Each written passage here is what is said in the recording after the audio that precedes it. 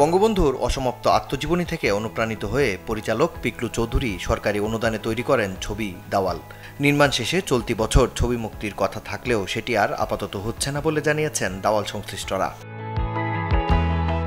এদিকে স্বাধীন বাংলাদেশের অভ্যুদয়, স্বাধীনোত্তর রাজনৈতিক ঘটনার প্রবাহ, সাথে স্বাধীনতার পক্ষ বিপক্ষ নিয়ে বেশ কিছু ঘটনার ছবি মনোলগ। শহীদ রায়হানের পরিচালনায় মনস্তাত্ত্বিক ঘরানার এই সিনেমাটিতে শেখ হাসিনার চরিত্রে অভিনয় করেছেন নিপুণ। দীর্ঘদিন সেন্সর বোর্ডে আটকে থাকা ছবিটির মুক্তি নিয়ে শঙ্কা থাকলেও নির্মাতা বললেন তিনি আশাবাদী। আমার মনে হয় যে কোনো কিছুই আসলে ইতিহাস থেকে কোনো কিছু বাদ দিয়ে ফেলে দিয়ে তো আর নতুন কিছু হবে না। সো দ্যাট আমার মনে হয় যে এরকম একটা চলচ্চিত্র যেটা মানুষকে উদ্বুদ্ধ করবে, মানুষকে তার বেসিকটা জানার সহযোগিতা করবে, সেই জন্যই দেওয়া উচিত। 1971 সালে শহীদ এসপি শামসুল ইসলামের সাহসী পদক্ষেপের ঘটনাকে কেন্দ্র করে নির্মিত আরেক সিনেমা দামপাড়া। শুদ্ধমান চৈতন্যের পরিচালনায় ছবির কেন্দ্রীয় চরিত্রে অভিনয় করেছেন ফেরদৌস। সেন্সর ছাড়পত্র পেলেও বর্তমান বাস্তবতায় দামপাড়া মুক্তি নিয়ে আছে শঙ্কা।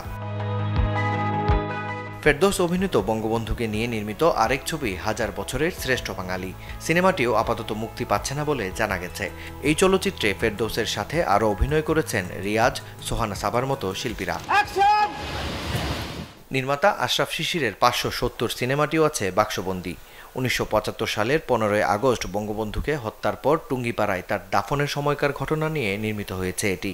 ছবিতে গুরুত্বপূর্ণ একটি চরিত্রে অভিনয় করেছেন বাপ্পি চৌধুরী।